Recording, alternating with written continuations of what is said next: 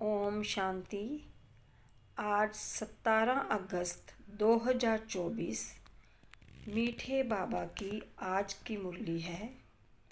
मीठे बाबा कहते हैं, मीठे बच्चे, विनाशी शरीरों से प्यार ना करके अविनाशी बाप से प्यार करो तो रोने से छूट जाएंगे।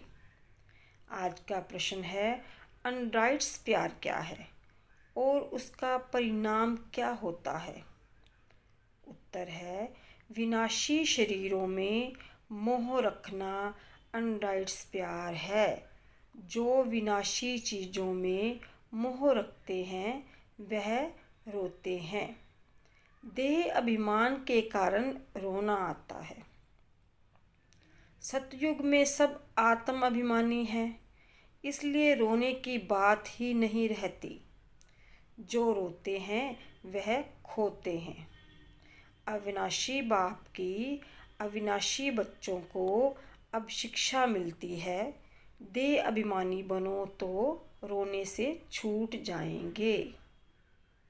ओम शांति। यह तो बच्चे ही जानते हैं कि आत्मा अविनाशी है और बाप भी अविनाशी है, तो प्यार किसको करना चाहिए? अविनाशी आत्मा को, अविनाशी को ही प्यार करना है। विनाशी शरीर को थोड़े ही प्यार करना चाहिए। सारी दुनिया विनाशी है, हर एक चीज़ विनाशी है। यह शरीर विनाशी है, आत्मा अविनाशी है। आत्मा का प्यार अविनाशी होता है। आत्मा कभी मरती नहीं, उसको कहा जाता है राइट्स। बाप कहते हैं, तुम अनराइट्स बन गए हो।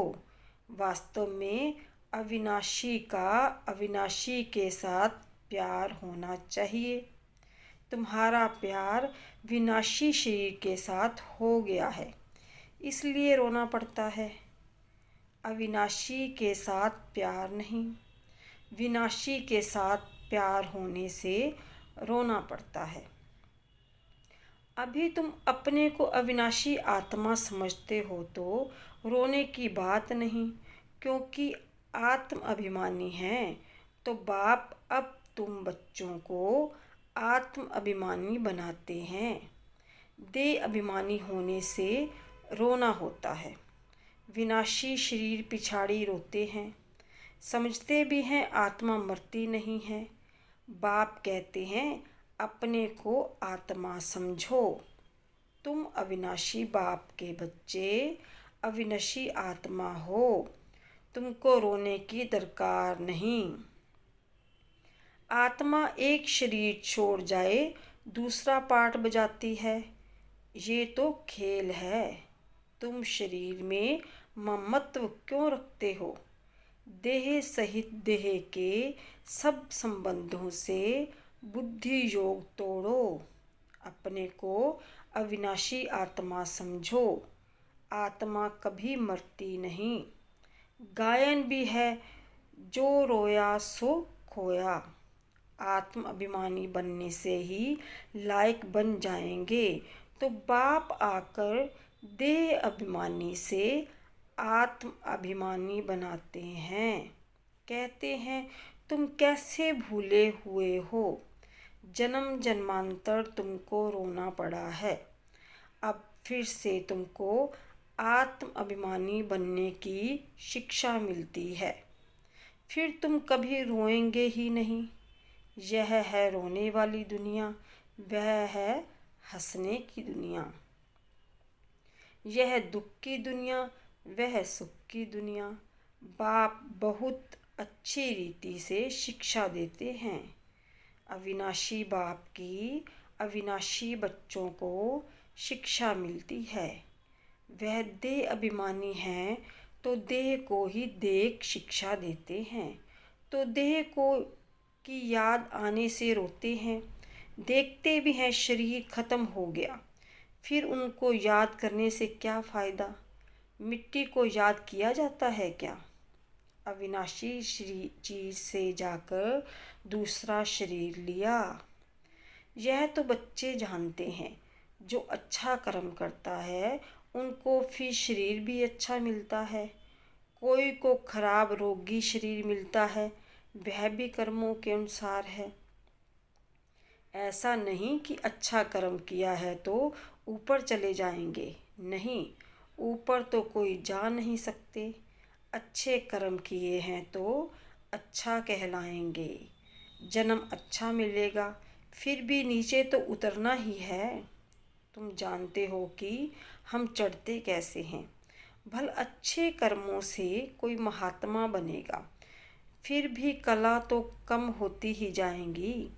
बाप कहते हैं फिर भी ईश्वर को याद कर अच्छा कर्म करते हैं तो उनको अल्पकाल क्षणभंगुर सुख देता हूँ। फिर भी सीढ़ी नीचे तो उतरना ही है, नाम करके अच्छा हो। यहाँ तो मनुष्य अच्छे बुरे कर्मों को भी नहीं जानते हैं।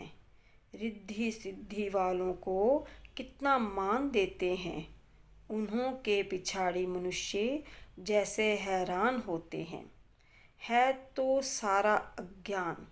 समझो कोई इनडायरेक्ट दान पुण्य करते हैं, धर्मशाला हॉस्पिटल बनाते हैं, तो दूसरे जन्म में उसका एवज़ा ज़रूर मिलता है। बाप को याद करते हैं, भल गालियाँ भी देते हैं तो भी मुख से भगवान का नाम कहते हैं। बाकी अनजान होने कारण जानते कुछ नहीं। भगवान को याद कर रुद्र पूजा करते हैं, रुद्र को भगवान समझते हैं।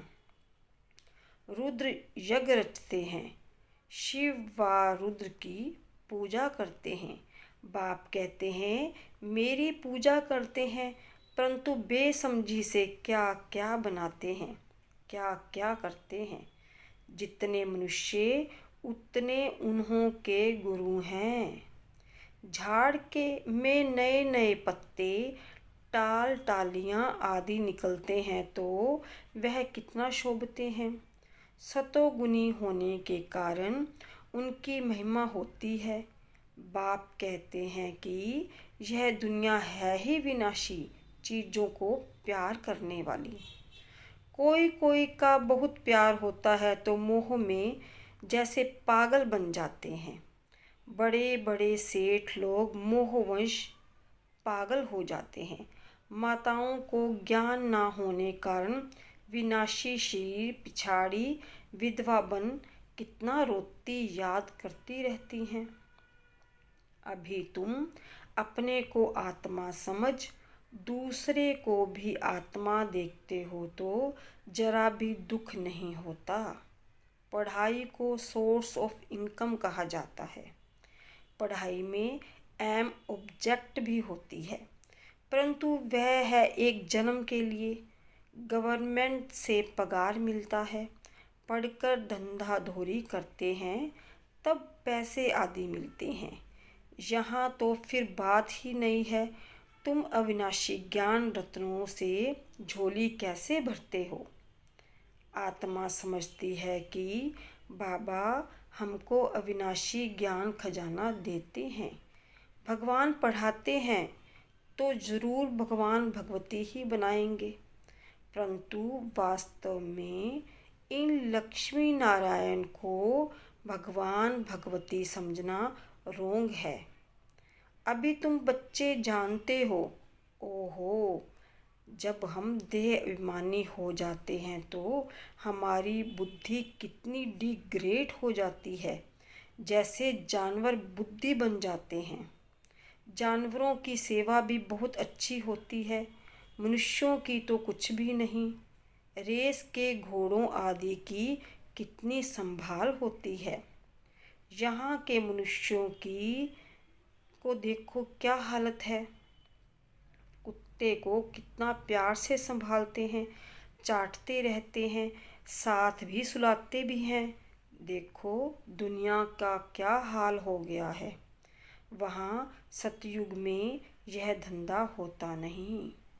तो बाप कहते हैं बच्चों, तुमको माया रावण ने अनराइट्स बना दिया है। अनराइट्स राज्य है ना, मनुष्य अनराइट्स तो सारी दुनिया भी अनराइट्स हो जाती है। राइट्स और अनराइट्स दुनिया में देखो फ़र्क कितना है। कलयुग की हालत देखो क्या है। मैं स्वर्ग स्थापन कर रहा हूँ तो माया भी अपना स्वर्ग दिखाती है, टेम्पटेशन देती है। आर्टिफिशियल धन कितना है, समझते हैं हम यहाँ ही स्वर्ग में बैठे हैं। स्वर्ग में थोड़ी ही इतने ऊंचे 100 मंजिल के मकान आदि होते हैं। कैसे कैसे मकान सजाते हैं, वहाँ तो डबल स्टोरी के भी मकान नहीं होते। मनुष्य ही बहुत थोड़े होते हैं। इतनी ज़मीन तुम क्या करेंगे। यहाँ ज़मीन के पिछाड़ी कितना लड़ते झगड़ते हैं, वहाँ सारी ज़मीन तुम्हारी रहती है। कितना रात दिन का फ़र्क है। वह लौकिक बाप, यह पारलौकिक बाप है। पारलौकिक बाप बच्चों को क्या नहीं देते हैं। आधा कल्प तुम भक्ति करते हो। बाप साफ कहते हैं इनसे मुक्ति नहीं मिलती है, अर्थात मेरे से नहीं मिलते। तुम मुक्ति धाम में मेरे से मिलते हो। मैं भी मुक्ति धाम में रहता हूँ, तुम भी मुक्ति धाम में रहते हो। फिर वहाँ से तुम स्वर्ग में जाते हो। वहाँ स्वर्ग में मैं नहीं होता, यह भी ड्रामा है। फिर हूबहू ऐसे रिपीट होगा। फिर यह ज्ञान भूल जाएगा, प्राय लोप हो जाएगा। जब तक संगम युग नहीं आया है तब तक गीता का ज्ञान हो कैसे सकता। बाकी जो भी शास्त्र आदि हैं वह हैं भक्ति मार्ग के शास्त्र। अब तुम नॉलेज सुन रहे हो। मैं बीज रूप ज्ञान का सागर हूँ। तुमको कुछ भी करने नहीं देता, पाँव भी पढ़ने नहीं देता। पाँव किसका पढ़ेंगे, शिव बाबा के तो पाँव हैं नहीं। यह तो ब्रह्मा के पाँव पढ़ना हो जाएगा। मैं तो तुम्हारा गुलाम हूँ। उनको कहते हैं निराकारी निरहंकारी। सो भी जब वह एक्ट में आए तब तो निरहंकारी कहा जाए। बाप तुमको अधा ज्ञान देते हैं, यह अविनाशी ज्ञान रत्नों का दान। फिर जो जितना लेवे, अविनाशी ज्ञान रत्न लेकर फिर औरों को दान करते जाओ। इन रत्नों के लिए ही कहा जाता है एक एक रत्न लाखों कहा है। कदम कदम पर पद्म देने वाला तो एक ही बाप है। सर्विस पर बड़ा अटेंशन चाहिए। तुम्हारा कदम है याद की यात्रा का, उनसे तुम अमर बन जाते हो। वहाँ मरने आदि का फिक्र होता नहीं। एक शरीर छोड़ दूसरा लिया। मोहजीत राजा की कथा भी सुनी होगी। यह तो बाप बैठ समझाते हैं। अब बाप तुमको ऐसे बनाते हैं, अभी की ही बातें हैं।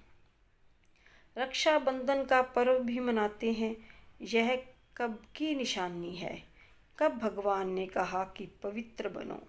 यह मनुष्यों को क्या पता कि नई दुनिया कब, पुरानी दुनिया कब होती है, यह भी किसको पता नहीं। इतना कहते हैं कि अभी कलयुग है, सतयुग था अभी नहीं है। पुनर्जन्म को भी मानते हैं। 84 लाख कह देते हैं तो ज़रूर पुनर्जन्म हुआ ना। निराकार बाप को सब याद करते हैं। वह है सब आत्माओं का बाप, वही आकर समझाते हैं। देहदारी बापू तो बहुत हैं। जानवर भी अपने बच्चों के बापू हैं। उनके लिए तो ऐसा नहीं कहेंगे कि जानवरों का बाप। सतयुग में कोई कुछ कीचड़ पट्टी होती नहीं। जैसा मनुष्य वैसा फर्नीचर होता है। वहाँ पंछी आदि भी फर्स्ट क्लास खूबसूरत होते हैं। सब अच्छी अच्छी चीज़ें होंगी। वहाँ फल कितना स्वीट बड़े होते हैं। फिर वह सब कहाँ चला जाता है। स्वीट से निकल कड़वाहट आ जाती है। थर्ड क्लास बनते हैं तो चीज़ें भी थर्ड क्लास बन जाती हैं। सतयुग है फर्स्ट क्लास तो सब चीज़ें फर्स्ट क्लास मिलती हैं। कलयुग में है थर्ड क्लास, सब चीज़ें सतो रजो तमो से पास होती हैं। यहाँ तो कोई मज़ा नहीं है। आत्मा भी तमो प्रधान तो शरीर भी तमो प्रधान है। अभी तुम बच्चों का ज्ञान है, कहाँ वह कहाँ यह, रात दिन का फ़र्क है। बाप तुमको कितना ऊंच बनाते हैं, जितना याद करेंगे हेल्थ वेल्थ दोनों मिल जाएंगे। बाकी क्या चाहिए। दोनों चीज़ों से एक नहीं होगी तो हैप्पीनेस नहीं होगी। समझो, हेल्थ है वेल्थ नहीं तो क्या काम के। गाते भी हैं, पैसा है तो लाड़काना घूम कर आओ। बच्चे समझते हैं भारत सोने की चिड़िया था, अभी सोना कहाँ। सोना चांदी तांबा गया, अभी तो कागज़ ही कागज़ हैं। कागज़ पानी में बह जाते जाएं तो पैसे कहाँ से मिले। सोना तो बहुत भारी होता है, वह वहाँ ही पड़ा रहता है। आग भी सोने को जला ना सके। तो यहाँ सब दुख की बातें हैं, वहाँ यह सब बातें होती नहीं। यहाँ इस समय अपार दुख है। बाप आते ही तब है जब अपार दुख है। कल फिर अपार सुख होगा।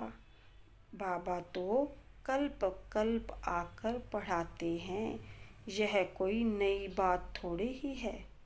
खुशी में रहना चाहिए, खुशी ही खुशी, यह अंत की बात है। अतीन्द्रिय सुख गोपी गोपियों से पूछो, पिछाड़ी में तुम बहुत अच्छी रीति समझ जाते हो। रियल शांति किसे कहा जाता है, यह बाप ही बतलाते हैं। तुम बाप से शांति का वर्षा लेते हो, उनको सब याद करते हैं। बाप शांति का सागर हैं। बाप समझाते हैं, मेरे पास आ कौन सकते हैं। फलाना फलाना धर्म फैलाने समय पर आते हैं। स्वर्ग में तो आ न सके।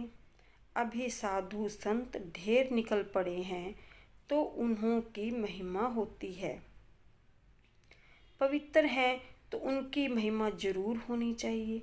अभी नए उतरे हैं, पुरानों की तो इतनी महिमा हो ना सके। वह है सुख भोग तमो प्रधान में चले गए हैं। कितने ढेर गुरु किस्म किस्म के निकलते जाते हैं।